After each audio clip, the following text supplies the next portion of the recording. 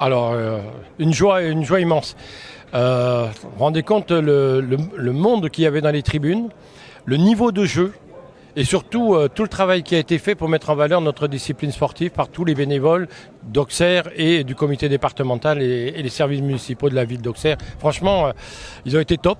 Les joueurs ont été top, les joueuses aussi, et c'est vraiment, je suis un président ravi. Ah oui, et puis surtout avec les contraintes que nous nous sommes fixées, c'est-à-dire d'avoir un carré d'honneur qui soit représentatif de notre discipline sportive. Aujourd'hui, on peut dire que tout n'est pas parfait, mais nous gagnons aujourd'hui en crédibilité.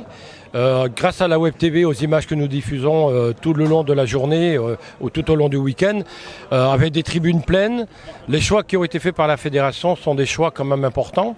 On voit bien que lorsque les finales sont faites le dimanche après-midi, les tribunes sont pleines, les gens restent.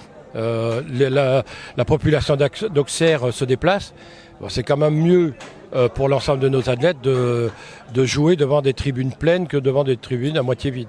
Ah, la pétanque, c'est partout en France. Et puis surtout, on s'aperçoit que quand on met les spectateurs dans de bonnes conditions, ils restent.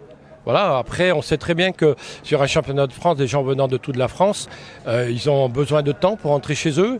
Donc, il appartient aussi à la fédération de finir que les finales puissent se finir à des heures permettant de rentrer chez soi, d'assister à un spectacle sportif et puis de rentrer chez soi la joie dans le cœur parce qu'on aura vu de très belles parties et de beaux champions et championnes.